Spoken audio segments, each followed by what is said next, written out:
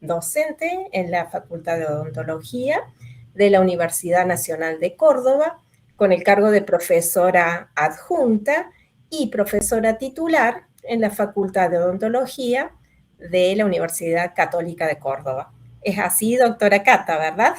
Así es, así es. Bueno, O sea, yo... como ustedes verán, ya te paso la palabra, posee una destacada trayectoria justamente en esta área temática sobre la farmacología. Particularmente, lo que vamos a ver hoy son, en esta clase, los fármacos en la población pediátrica. Así que en nombre de la cátedra y de todos los participantes, te damos una cálida bienvenida y nuestro sincero agradecimiento por acompañarnos. Así que muchas gracias por aceptar la invitación y este auditorio es tuyo, Cata. Muchas gracias. Muchísimas gracias. Yo antes de empezar a proyectar, estamos justo en horario, así que quiero agradecer la invitación. Cuando empiezan a leer mi currículum, por eso ya te quería cortar, porque lo que más me interesa es lo que dijiste, soy profe, soy docente. Y lo que hago me gusta con pasión, lo vivo con pasión, me encanta dar clase, y esta es una de las últimas oportunidades que tengo de estar en contacto con estos chicos que en tan cortito tiempo como el que decíamos hace unos minutos, se pasó la mitad del año, van a ser nuestros colegas. Así que si a ustedes yo las veo las docentes con cámara prendida, cuando uno tiene un hijo, lo ve por primera vez, es tu hijo toda la vida va a ser tu hijo. Cuando uno ve un alumno por primera vez, es nuestro alumno, vas a ser la profesora de niños toda la vida de él, se va a acordar quién cursó, yo voy a ser la profe de fármaco, así que es un vínculo muy especial el que se genera, y por eso yo estoy agradecida por esta oportunidad que me dan a través de la invitación. Así que lo disfruto mucho, espero que ustedes disfruten la clase. ¿Empezamos? Vamos. Voy a pasar de pantalla. Ahí proyectamos. Y bueno, como anunciaba la doctora Fabiana, vamos a comenzar en este ciclo de 2 clases a a recordar muchísimos de los temas acerca de los fármacos en odontología puntualmente en la población pediátrica. Vamos a tratar de resolver algunos interrogantes que estoy segura muchos de ustedes tienen, como médico, infecciones odontológicas o odontogénicas en los niños, cómo se hacen los pacientes alérgicos, si quiero optimizar resultados, son válidas combinaciones de fármacos, cuando necesito poner en marcha profilaxis antibiótica, ustedes saben que eso es un reto muy grande en estos tiempos que corren. ¿Cómo hago el control del dolor y la inflamación con un análisis riesgo-beneficio favorable? Y los corticoides son hormonas que afectan muchos órganos y sistemas en el ser humano. ¿Puedo indicarlos en niños? ¿Cómo calculo la dosis de anestésicos locales? Fármacos que administro por vía parenteral. Entonces vamos a tratar en este cortito ciclo con el que vamos a estar en contacto, de responder a estas dudas y otras más que ustedes tengan. Pero vamos a comenzar en la clase de hoy con el tratamiento y profilaxis de las infecciones en odontopediatría. Vamos a remontarnos un poquito a un concepto que seguramente todos tenemos en este momento de nuestras carreras. Nosotros sabemos que en salud hay un equilibrio entre la agresión bacteriana y la resistencia del huésped. Es una balanza donde los dos platillos están equilibrados. Si se produce una disbacteriosis, se rompe ese equilibrio, por ejemplo, por un aumento en el número de gérmenes, de su virulencia, o una disminución en las defensas del niño, surge la enfermedad. Es clave que nosotros recordemos que la resistencia del huésped, esto es, de nuestro paciente niño, va a influenciar de manera radical el inicio y el desarrollo de las enfermedades. Es clave valorar el componente inmune del chico. Pero cuando hablamos de medicamentos en odontopediatría, es clave, esencial, distinguir aquellos pacientes que requieren cuidados especiales. Y acá me voy a detener un segundito. Todos nuestros pacientes quieren, merecen y requieren cuidados especiales.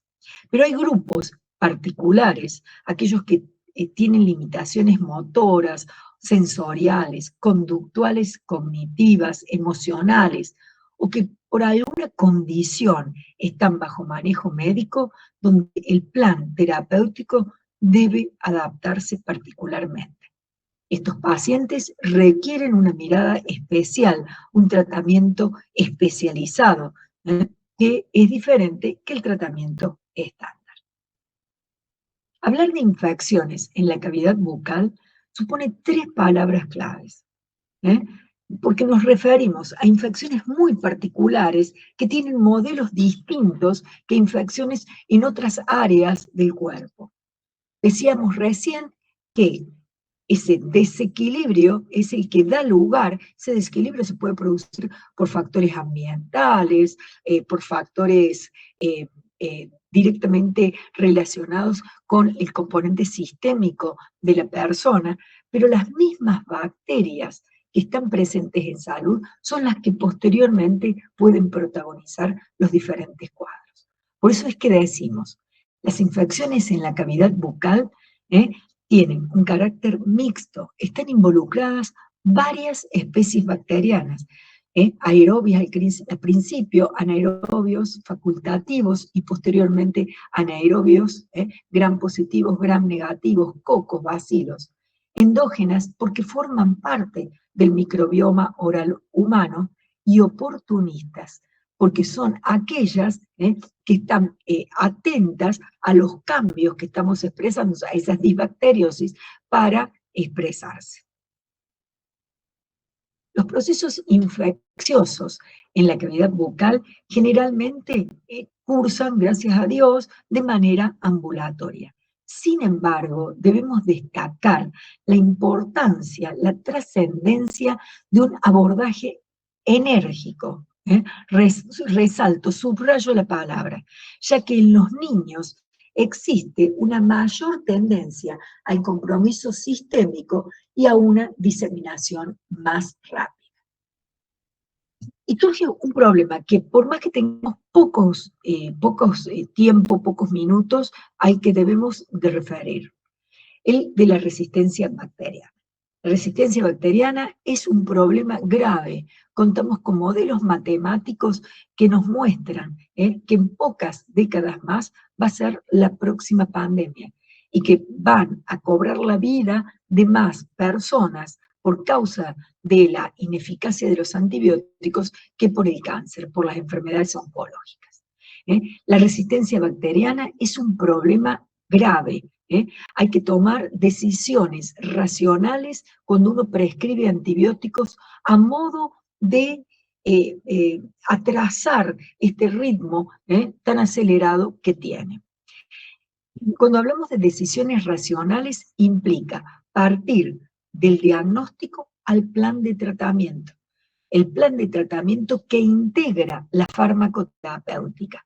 No va escindido, el plan terapéutico forma parte integral, mejor dicho, discúlpenme, la farmacoterapéutica forma parte integral del plan terapéutico de nuestros pacientes. Vamos a hablar también cuando no deben darse los antibióticos, ya que ustedes no deben desconocer que cuanto más exponga a las bacterias al antibiótico, más las irrito y estas van a desarrollar como medio de supervivencia mecanismos para evadir esa acción de la sustancia que la quiere controlar. Ni más ni menos van a expresar la resistencia bacteriana. Entonces, es una oportunidad muy importante en la que estamos para decir cuándo sí y cuándo no. La medicación antiinfecciosa no está indicada en hiperemias ni cuando la remoción del tejido patológico permita el manejo del cuadro, tanto como sea necesario y tan poco como sea suficiente. Diferente es la situación de foco activo. Foco activo, sinónimo de infección, implica la llegada de un germen, la invasión del germen, la multiplicación y la irritación tisular. Esa situación es la que explica el foco activo. La medicación en estas situaciones está indicada cuando la infección se extiende rápidamente, cuando aparece sintomatología sistémica o en pacientes que tienen compromiso sistémico, enfermedades metabólicas como la diabetes, pacientes inmunocomprometidos son ejemplo de ello. En odontología tenemos una manera muy particular de tratar a nuestros pacientes, muy distinto al de otras áreas de la salud humana. Los médicos hacen un diagnóstico, aprecian una infección y hacen una receta.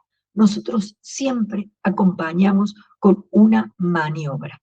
Por eso decimos que siempre que sea posible se debe drenar, facilitando a veces con algunas maniobras como calor local la maniobra.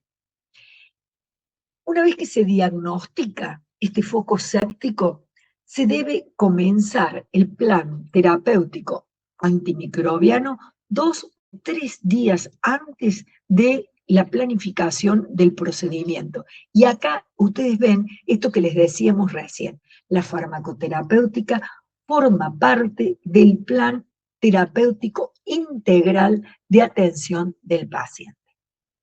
El plan terapéutico posteriormente deberá completarse. En general, la remisión del cuadro ocurre entre las primeras 48-72 horas, donde es necesario revisar la elección del fármaco.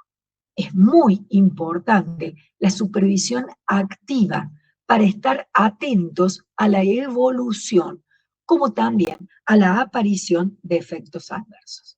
Miren, este niño es un paciente que atendió una de sus profes de odontopediatría. Fíjense la expresión, en general tapamos el rostro, pero me parecía muy importante que ustedes miraran esa mirada, que pudieran apreciar esa mirada perdida del niño, en brazos del papá, un niño asténico.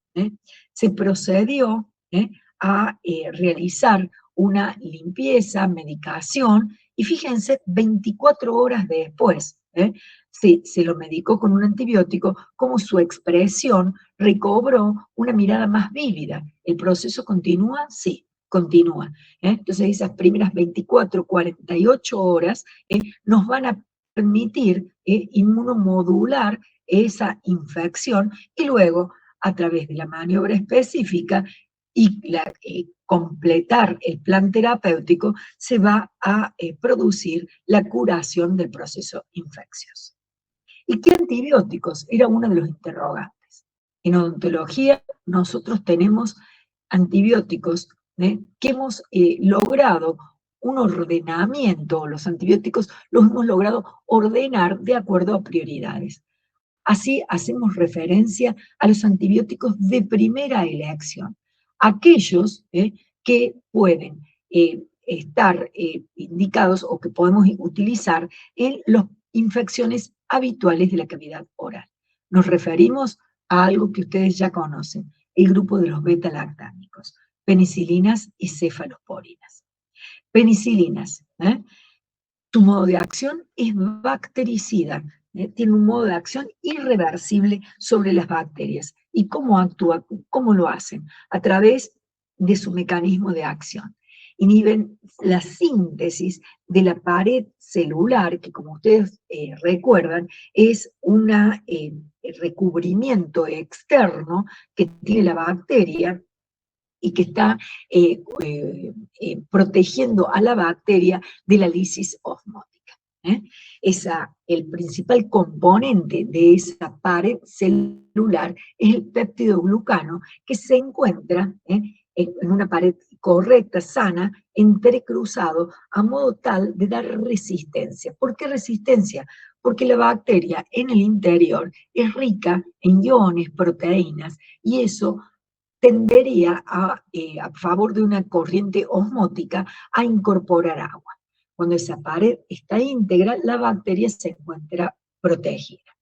La penicilina, ¿qué hace? Atraviesa la pared a través de porinas y se une a proteínas específicas que están en la membrana celular de las bacterias.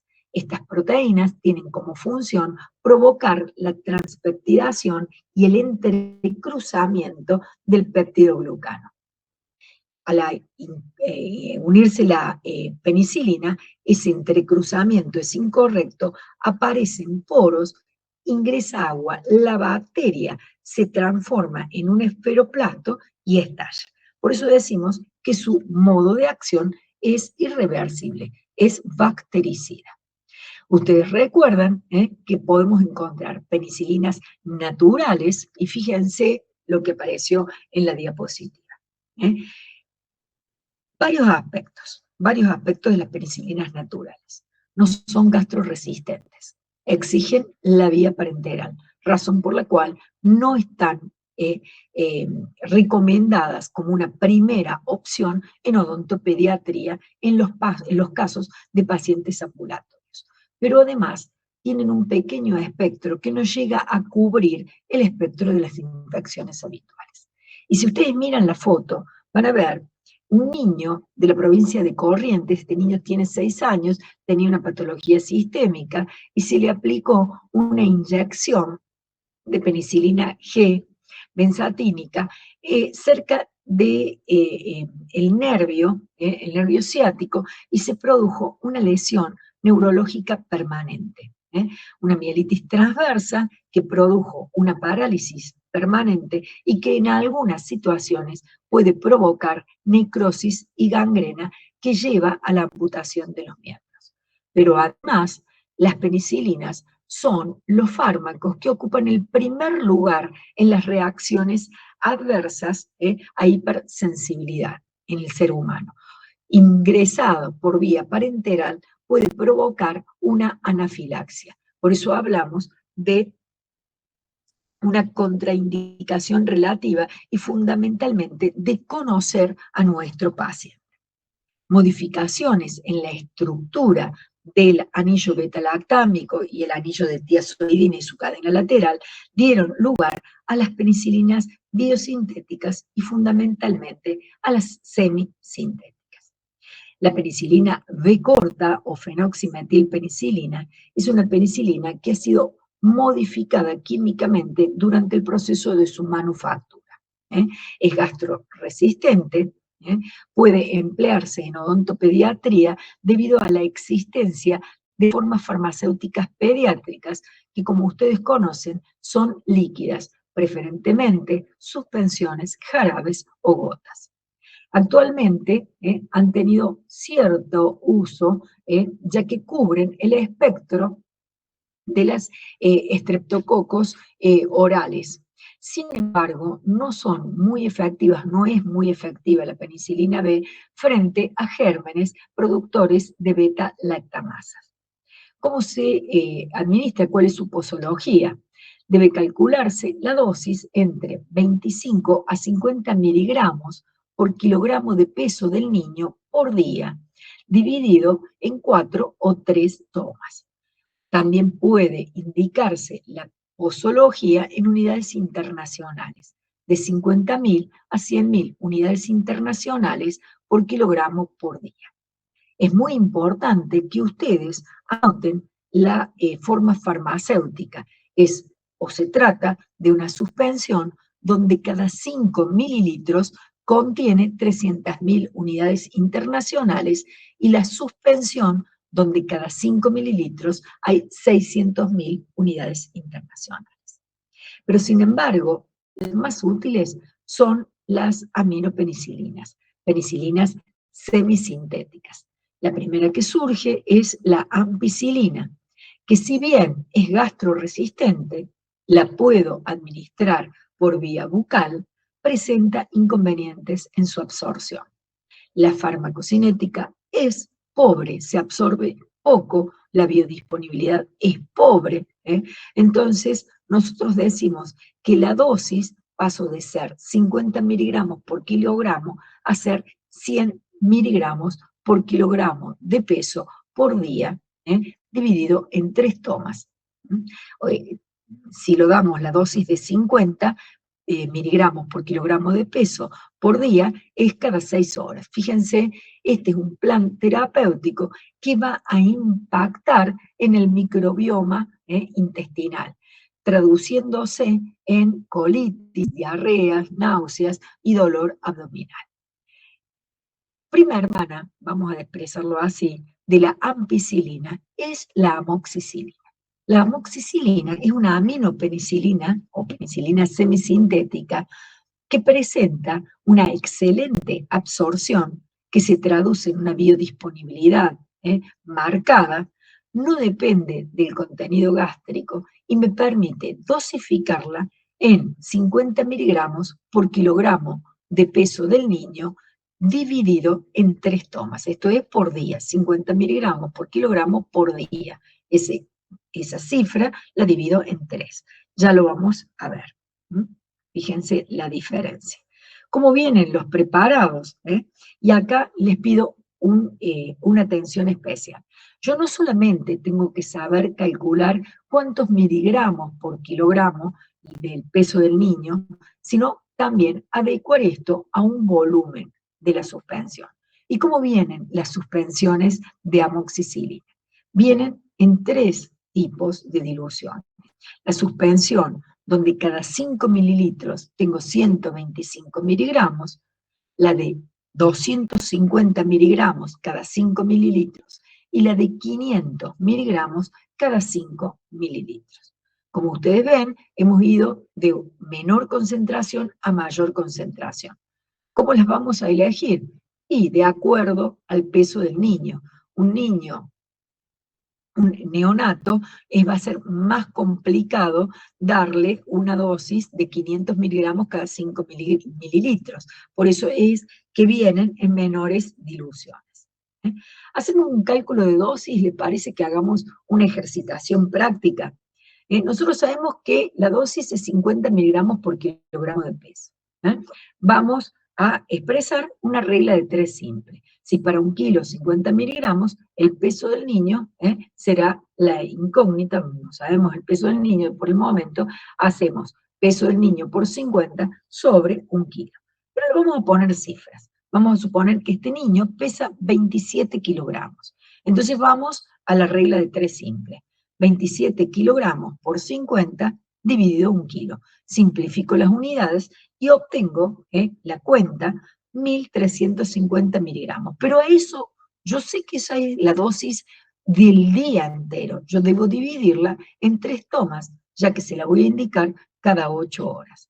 Por lo tanto, le voy a dar una dosis, luego de haber hecho la cuenta, de 450 miligramos cada 8 horas.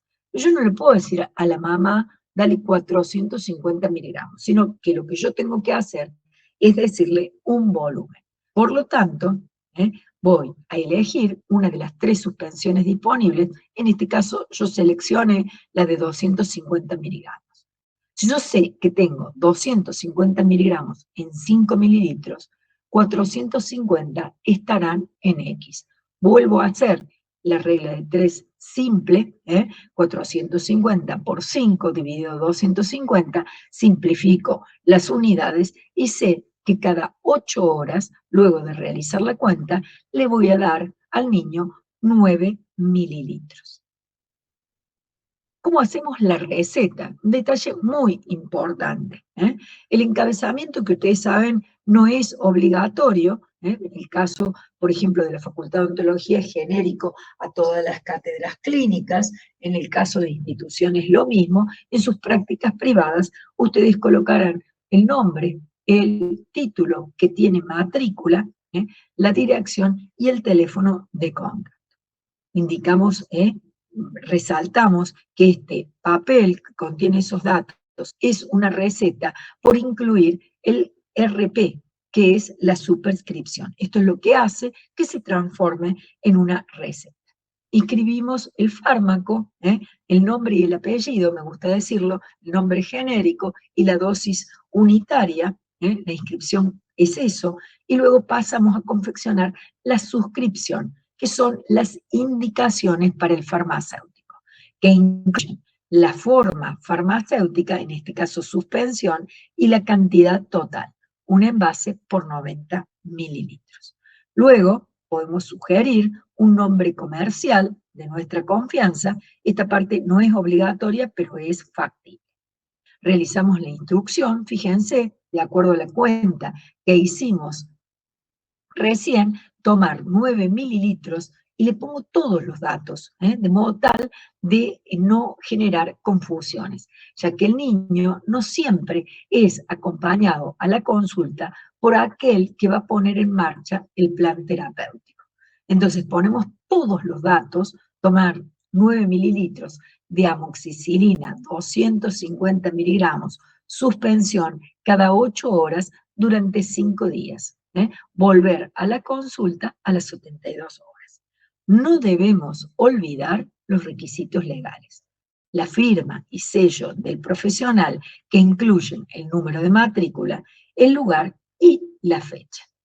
Recuerden que contamos con la ley 27.680 de prevención y control de la resistencia a los antimicrobianos. Esta ley fue reglamentada en el año 2023 y establece nuevas condiciones para la dispensa de antiinfecciosos. Entre las más importantes y las que vamos a destacar en esta oportunidad es la confección de receta doble o archivada para la prescripción de antibióticos. En esa receta deberemos registrar el diagnóstico y los datos del prescriptor. Las penicilinas semisintéticas han sido fármacos de elección durante décadas. Sin embargo, debido a la resistencia bacteriana, se ha limitado su uso y ha sido necesario realizar combinaciones, asociaciones. Estas asociaciones son con otros dos beta-lactámicos, el ácido clavulánico y el sulbactam. Estas sustancias, clavulánico y sulbactam, contienen también el anillo beta-lactámico y poseen, cuando se las asocia a las penicilinas semisintéticas, la capacidad para inhibir las beta-lactamasas procedentes tanto de gérmenes gram positivos como gram negativos. ¿Y cómo lo hacen? Actúan por un mecanismo competitivo. Supónganse que esta es la enzima. Como son beta-lactámicos, van a actuar de sustrato, por eso dicen, es competitivo, compiten por el sitio activo, competitivo y suicida, porque una vez que se une, se destruyen, pero también inactivan a la enzima, devolviendo el poder o la eficacia antimicrobiana de la penicilina semisintética. Estas combinaciones son posibles porque hay una compatibilidad físico-química y un similar perfil farmacocinético, pero también tienen un efecto tóxico aditivo. Por eso decimos, primera elección, penicilinas semisintéticas. ¿Cuál? La de vía oral. En un escalón superior, las asociaciones con inhibidores de las beta-lactamasas. Veamos cómo vienen. Fíjense, la combinación es a dosis fija, 4 partes de amoxicilina y 1 de clavulánico. Están disponibles en el mercado comercial combinaciones 7 en 1 y hasta 8 en 1. La combinación estándar es 4 partes de amoxicilina que corresponden a 250 miligramos y 62,5 miligramos de ácido clavulánico. Comercialmente vienen en suspensión, donde cada 5 mililitros contienen esta dosificación. Y por supuesto, se emplean cada 8 horas como todos las penicilinas en odontología, a dosis fija cada 8 horas. Penicilina y sulbactam es otra combinación posible para el manejo de cuadros infecciosos en odontopediatría. Nos gusta más la anterior porque tiene una mejor concentración a nivel de los tejidos dentarios. En el caso de amoxicilina y sulbactam, comercialmente la suspensión cada 5 mililitros contiene 250 miligramos de amoxicilina y 125 de sulbactam, también cada 8 horas. Cefalosporinas. Se trata también de antibióticos de la familia beta-lactámicos, con algunas diferencias químicas que los hacen más resistentes a la acción de las beta-lactamasas. Atención con el paciente alérgico a penicilina, puede hacer alergia cruzada por esta similitud química con las cefalosporinas. Cefalosporinas útiles en nuestra disciplina, las de primera generación, cefalexina, donde dosificamos infecciones leves a más severas de 25 a 50 miligramos por kilogramo por día, cada 6 u 8 horas. Vienen las suspensiones de 500 y 250 miligramos cada 5 mililitros. Y el cefadroxilo, que se dosifica en 30 miligramos por kilogramo por día cada 12 horas. El cefadroxilo ha sido preparado químicamente para ampliar el intervalo interdosis.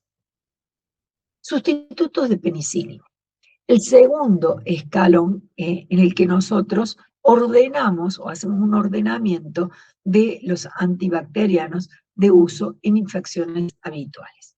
Se trata de una extensa familia de antibióticos que tienen una estructura química totalmente diferente a la de los beta-lactámicos. Es por eso que nosotros decimos que son fármacos de elección en el caso de hipersensibilidad alérgica, alergia a las penicilinas o a los beta-lactámicos en general. Tienen particularidades, son de un espectro ampliado, pueden controlar los gérmenes que protagonizan infecciones habituales y superan ese espectro, con lo cual se pueden producir disbacteriosis en otros sentidos que podrían aumentar la propensión a colitis, náuseas, trastornos gastrointestinales, como a infecciones oportunistas.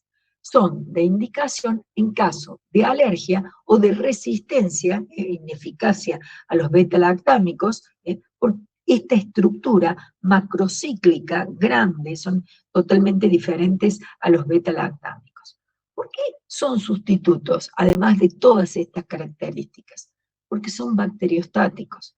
Entonces, antes de prescribir un macrólido, yo tengo que evaluar las defensas del huésped. El niño inmunocomprometido no va a poder, sus defensas no van a poder eliminar a los gérmenes, ya que estos antibióticos lo que van a hacer es estabilizar a la bacteria, impidiendo su multiplicación, pero no logran conseguir su lisis. Vamos a destacar la familia de los macrólidos, los derivados naturales, la droga estándar o eritromicina, y los semisintéticos. En la clase de hoy vamos a presentarles a los semisintéticos, claritromicina y acitromicina. La primera de ellos, la claritromicina, se utiliza en dosis de 15 miligramos por kilogramo por día, dividido en 2 tomas. Esto es cada 12 horas. Viene en suspensión, donde cada 5 mililitros corresponde a 250 miligramos, o 5 mililitros que corresponden a 125 miligramos. La acitromicina, por su parte, se dosifica en dosis de 10 miligramos por kilogramo por día, cada 24 horas, me gusta decir. No por día, es a dosis fija. Se recomienda, a pesar de las modificaciones que se realizaron en la obtención de estos dos antibióticos, esas modificaciones son tendientes a mejorar las dificultades en la absorción que presentan estos preparados. De la misma o de igual manera, se recomienda alejarlos de las comidas 2 horas antes o 2 horas después.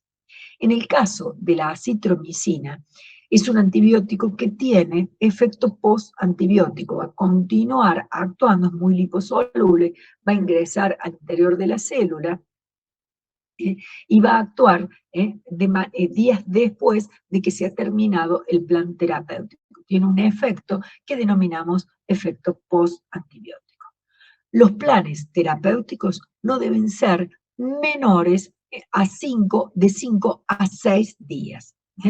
Como viene una suspensión donde la suspensión, el frasco, es de 15 mililitros. Cada 5 mililitros yo tengo 200 miligramos de acitromicina.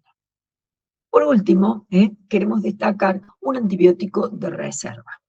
Un antibiótico que tiene un perfil de control frente a infecciones severas, infecciones recidivantes, infecciones a nivel del tejido óseo, la clindamicina.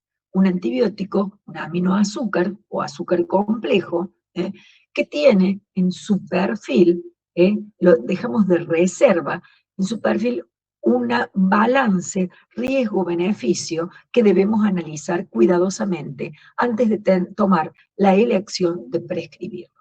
¿Por qué? Porque yo tengo riesgo alto de producir colitis, fundamentalmente un cuadro provocado por el Clostridium difficile o Clostridium difficile, como se lo nombraba en épocas recientes anteriormente, es un cuadro que pone en riesgo la vida del niño. Tanto los ancianos como los niños son los más afectados con consecuencias severas por el uso de la clindamicina. Está indicado en el tratamiento de infecciones severas causadas por bacterias anaerobias y cepas sensibles, tanto a estreptococos, neumococos o estafilococos. La dosis de 10 a 30 miligramos por kilogramo por día, cada 6 u 8 horas.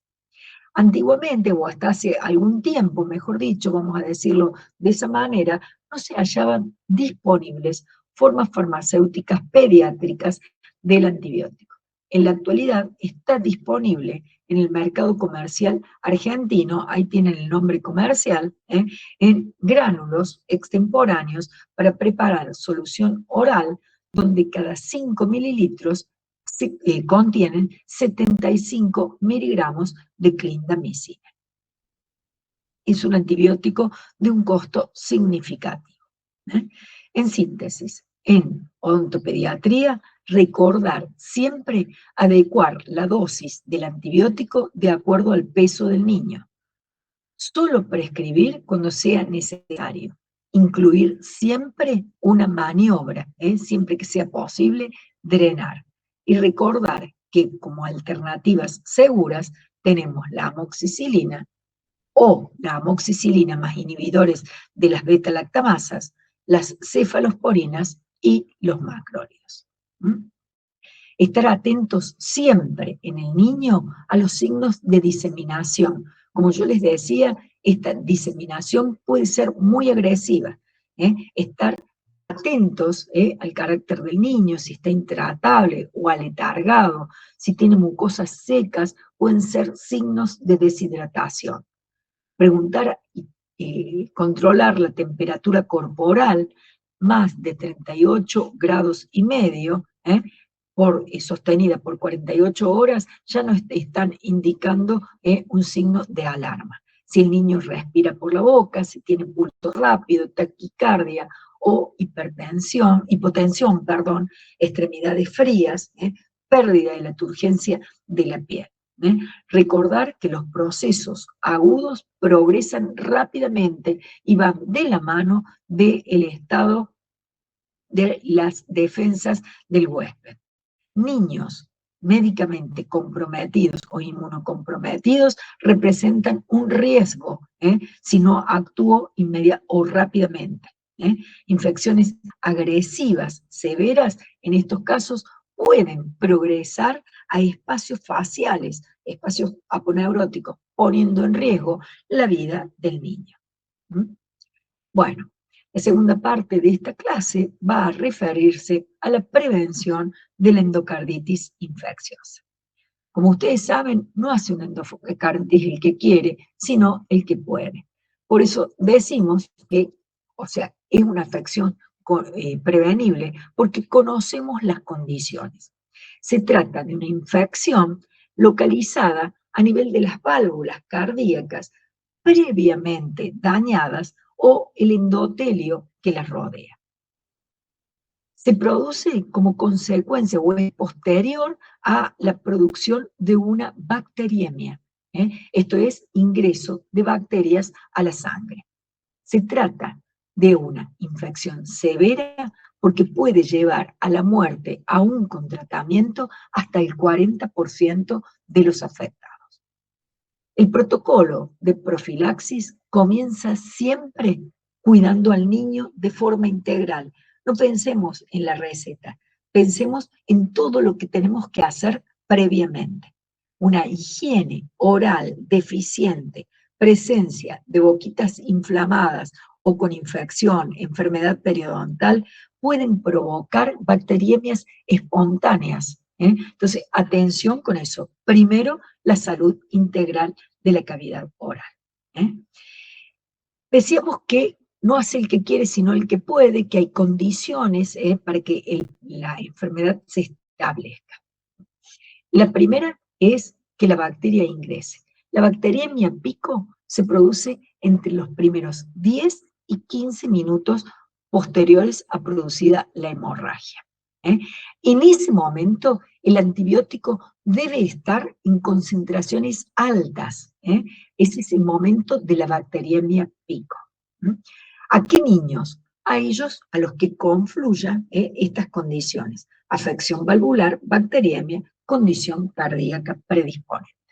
Entonces eso nos lleva a decir que en la actualidad se hace profilaxis solamente a aquellos pacientes de alto riesgo. ¿Qué quiere decir alto riesgo? Quiere decir alta morbimortalidad. Morbilidad, alta posibilidad de enfermar y alta mortalidad. Una vez que adquirí la patología, el riesgo de muerte es alto. Y fíjense cómo estos niños no se pueden escapar de una buena anamnesis, de un buen conocimiento del paciente. ¿Por qué? Fíjense quiénes forman parte de esta categoría de alto riesgo. Pacientes portadores de válvulas cardíacas. Ha tenido un reemplazo, una cirugía cardíaca, que incluya todo tipo de dispositivos, bioprótesis, homoinjertos. Ese paciente, además, por el riesgo, está anticoagulado. Se sale del hospital y el médico le indica. Si va al odontólogo, que le den antibióticos y recuerde informar su condición. Historial previo de endocarditis. Enfermedades congénitas, complejas, cianóticas, situaciones de ventrículo único, tetralogía de Fallot, esto es inversión de los grandes vasos. Pacientes que han recibido una cirugía, un shunt cardíaco, conductos pulmonares, que pueden haber dejado un defecto residual. ¿Y cuándo? ¿Frente a qué procedimiento?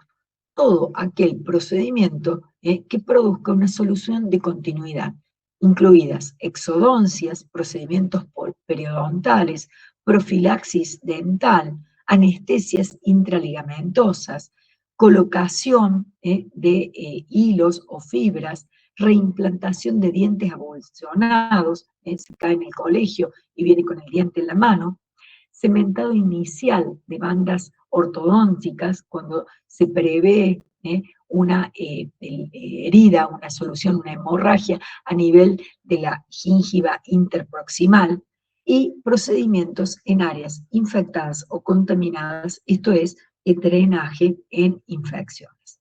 ¿Y cómo es la pauta profiláctica? Empezamos por lo local, clorexidina o iodopovidona pinceladas en la gingiva antes del procedimiento. El pincelado, no debo hacerlo, dejarlo actuar, pincelar durante 30 segundos a 1 minuto la zona quirúrgica, dejarlo actuar y luego proceder al procedimiento. En pacientes no alérgicos a penicilina, amoxicilina 50 miligramos por kilogramo por vía oral 1 hora antes, hasta un máximo de 2 gramos. Nunca superar la dosis del adulto. Nunca superar. Yo tengo un chico hiperobeso y el cálculo me da 2,5 gramos, me voy a clavar en 2 gramos. Nunca más de 2 gramos. Paciente pediátrico que no puede deglutir, que tiene alteraciones, discapacitados, pacientes con algún tipo de discapacidad psíquica, que no puedan deglutir, vamos a utilizar la vía parenteral. En este caso, el antibiótico a seleccionar es la ampicilina. El cálculo también es 50 miligramos por kilogramo por vía intramuscular y lo que cambia es el tiempo antes, 30 minutos, media hora. Y con el mismo análisis de recién, no superar la dosis adulta. En el paciente alérgico a penicilina, clindamicina, 20 miligramos por kilogramo por vía bucal 1 hora antes, con un máximo de 600 miligramos. Acitro o claritromicina, en dosis de 15 miligramos por kilogramo de peso, 1 hora más antes, con un máximo de 500 miligramos. Si necesito la vía parenteral, vamos a utilizar clindamicina, 20 miligramos por kilogramo, intramuscular, 30 minutos antes. Y la pregunta es, ¿cuántas dosis? Una sola dosis. No se continúa como profilaxis, porque lo que yo necesito es controlar la bacteriemia pico. Estar atentos a modificaciones que podemos observar en los años venideros.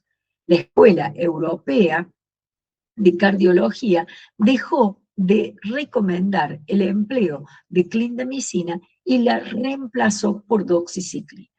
Aún en nuestro país, los protocolos recomendados por la Sociedad Argentina de Cardiología no incluyen dicha modificación, pero podemos verla en tiempo futuro. Estar atentos. Queridos alumnos, no sé si habrá algún tipo de pregunta. Yo estoy atenta, fíjense, hemos tratado de terminar la clase lo antes posible. No sé si hay algún tipo de preguntas, chicos. No, profe, todo claro. ¿O fue todo claro o fue muy confuso? Bueno. No, bueno, muchísimas gracias, Cata. Si surgiera algún tipo de duda, nos vamos a ver el lunes que viene en este mismo horario. Entonces ustedes la pueden escribir en el chat y ahí podemos responderla al terminar la clase. Perfecto, sí, así estamos. Entonces, porque bueno, después de repasar la clase de hoy pueden surgir dudas y bueno, las pueden hacer la próxima clase, que es el lunes que viene, como bien has dicho, en el mismo horario. Y bueno, ahí será todo lo referido también a lo de analgésicos y antiinflamatorios, ¿verdad, Cata? Analgésicos, antiinflamatorios, vamos a hablar un poquito de anestesia. Es cierto, también un poquito de dosis mínima, dosis máxima y todo eso. Así que, bueno, entonces... Ha sido un placer. Muchas gracias, chicos. Gracias.